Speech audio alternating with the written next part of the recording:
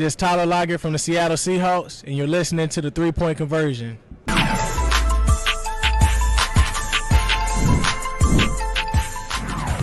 Controversy. Did you miss me? Radio Row, Super Bowl 56, Los Angeles, and I have special guests. Two men that I watched, and believe it or not, I wasn't, back then when offensive linemen wasn't, that nobody cared about them, I guess. I was fans of these two. I got my man, Mr. Damien, then I got Mr. Bart Oates. First of all, you all are here for Huddle Up. Let's talk obesity. Can you explain what's going on with that? Yeah, I think this is a program where, as a former player, you talking with former players about obesity and the effects of what obesity can do for you, the effect that it can have on on former players' lives. And I'm a guy that I'm a big guy, someone who has struggled with that for most of his life. And the biggest thing is for guys to be healthy, right, and not view everything as far as a certain weight, but making sure they're healthy, not only physically being physically fit, but mentally fit as well. I think that's one of maybe the most important aspect of this whole situation. So it's just bringing awareness to guys to, to get healthy and be more fit. Yeah, I agree. Let me just throw in here. Damien's right. We're all different. Everybody has a different body type. Everybody's going to look different. So, we tend to look at the magazines, we look at the scales, and think that's what's important, and it's not. It's really what's these unseen things, like what kind of numbers you're carrying with your AC1s and your things like your hypertension, your blood pressure, and so it's taking that superficial look out of it, if you will, and saying let's have a discussion that is positive, and because everybody's going to be different. I mean, when I was playing, I could never get to Damien's side, and I just envied him, being able to be that kind of person. I was much smaller and struggled. So we're all different, and it's working with what we have and just doing the best that we can. Now, after you all retired, was it a struggle? And it's funny, sometimes you see players, NFL players, either they get bigger, or they get smaller. Like, especially I don't understand how they get smaller. Like, I was talking to Mr. Bart Oates, and I didn't recognize him because he lost weight. How does that happen? Either or, like I said, if you get bigger or.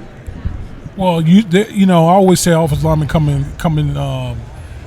in two ways. One set of offensive linemen, they gotta, drink all these shakes and everything just to keep the weight on, and then there's guys like myself who, can sniff, just the sheer smell of food, and you putting on 5 pounds. So, like Bardo said, like, we come in all different shapes and sizes, and I just think overall, man, it's about, when you get out of the game, it's about making sure you prioritize what's most important for you. Get yourself on a daily routine, daily schedule, and I think that's, to me, is one of the primary ways that you can combat obesity. Yeah, and that's something that for us, particularly former players, when you're playing, you have a purpose. You have there's a support system. There's responsibilities, accountability, and so all that's gone when you retire. Particularly with reference to your conditioning, and so this is about, let's pay attention to it.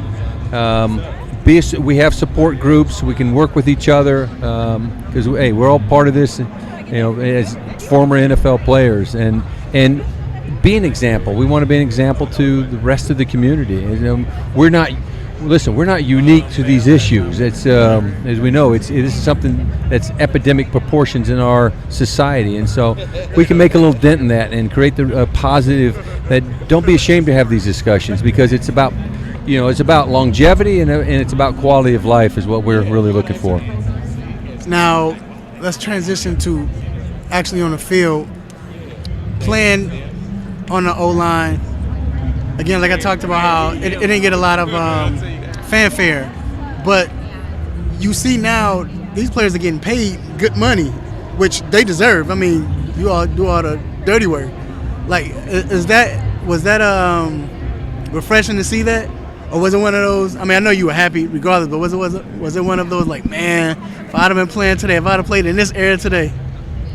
Well, I think I can't speak for Bart, but for myself, I always said like, if you want to know where NFL teams, how they feel about certain positions, look at how much they get paid.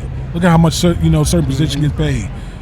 And I can tell you right now, quarterbacks, wide receivers, defensive end, offensive linemen, they get paid because those are premium positions. Those are important positions.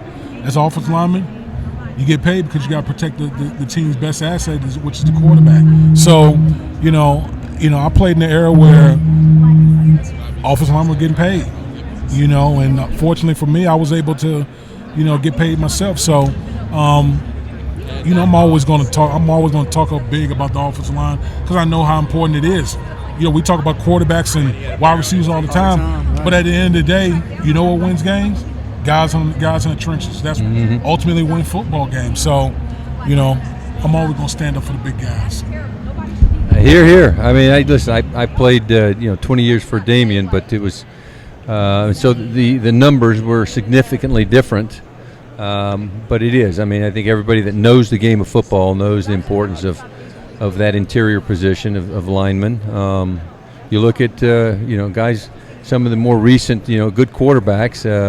Tom Brady, best quarterbacks ever played the game, but if you hit him, he becomes suddenly mortal. Right. Right. I mean, Damien now protected him early on. They got 2 Super Bowl championships and kind of propelled him in his career. But then, what Damien didn't, he didn't play against the Giants in 2 Super Bowls.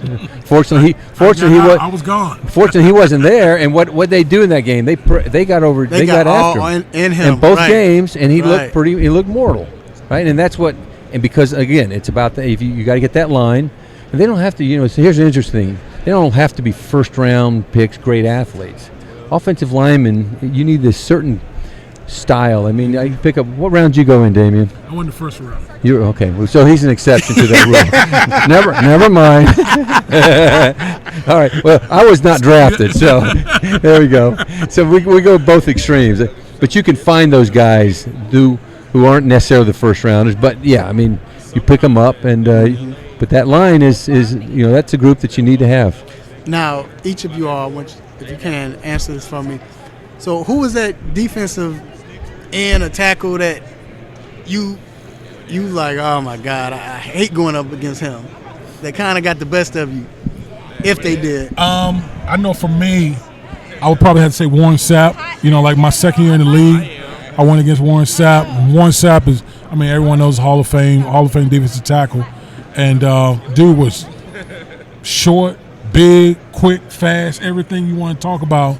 And he made my life a living hell, at the beginning of my career. But, at the same time, he made me better. Mm-hmm. And the thing I appreciated the most when I played against him was after the game, him taking the time as a young player and telling me the things that I did good and the things that I could work on, And, to me, that's what the game is all about, man. It's just passing those little things along to guys to make the game better. Mr. Oates? I would say we played. So I was in the NFC East, and Philadelphia had a guy named Reggie White. And so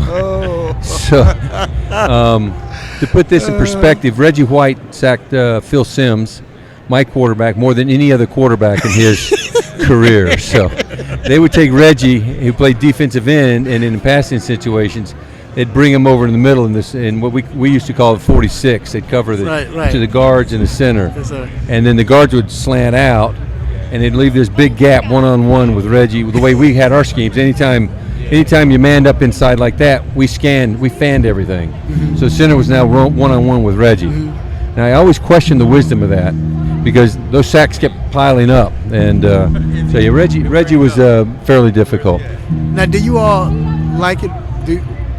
How should I phrase this?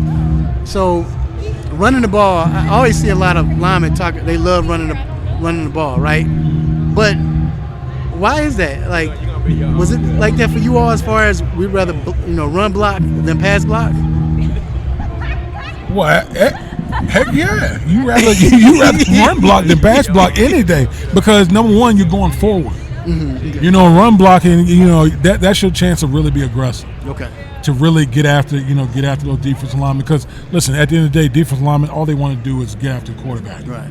You know, so when you're able to run the ball, you're able to do things that they don't necessarily want to do, play the run. They don't want to do that. They get paid to get after the quarterback. So that's why I always love running the football is throw that weight around on them, get them tired. Well, see, I didn't have that weight, so I'm a smaller guy. I actually had, so I was, again, I was smaller. Came in at 270, got up to like 290. That was the biggest I got. I had good feet, good balance. I was actually a better pass blocker than I was a run blocker. But to Damien's comment, as a lineman, you love to run block because when you start run blocking and you start getting those first downs, that first down from running the ball, and you start, I mean, there's a rhythm you work into, and you start dominating these guys, and it just becomes easier and easier. That's the feeling that collectively, as you five guys just exerting your will on those guys, is nothing's better. Let me tell you something. When you start seeing guys with their hands on their hips, you got them. You got them. When they got their hands on their hips and they start bending over, it's like, yeah, let's keep this thing going. Right. Now, I don't know if they were doing it. I think it wasn't legal by the time you got in the NFL. When you were playing the head slap. No, head slap was gone in the 70s. Okay. But did you still get some? Oh, sure. Yeah. You take, linemen, whether it's a head slap or the hand in the face, right? I mean, it still happens. They regulate it more so now. But yeah, it was not uncommon to get that head slap. Of course, it was not uncommon to hold either. So grab guys and. Oh yeah, you would get hits like that upside the head, and. I mean, I don't know. I've gotten countless times, that type of stuff. But, like Bart was saying, now it's those things are a lot more regulated, right? Because it's about quote unquote player safety. Right. So even though they added another game, it's about player safety. Okay, so before we go, if each of you can say which lineman reminds you of yourself that plays today. That's a good question. Which lineman reminds me of myself? Hey, you should have asked us this one earlier so we could have been thinking about it. I'm going to say I'm going to go with the young guy from Tampa Bay, Tristan Wirfs. He's an all-pro right tackle. We have like similar body styles. Like the way he plays. Like I see a lot of myself in the way he plays the game. It's hard for me to even relate to the guys now because there are no 270-pound offensive linemen. I mean, heck, the tight end, the punters weigh more than that. So, I'm particularly close. I'm a guy that I follow a lot. My cousin is Garrett Bowles. No, I'm sorry. My nephew is Garrett Bowles. Okay. And so I follow him pretty closely. Good athlete, good feet. I kind of similar feet, but yeah, he plays for the Denver Broncos. Yes. Struggled early on, but last 2 years have really kind of come on. All right. Well, there you have it, Mr. Damien Woody. I got Mr. Bart Oates. It was a pleasure talking to you all. Where can they find more info on Huddle Up?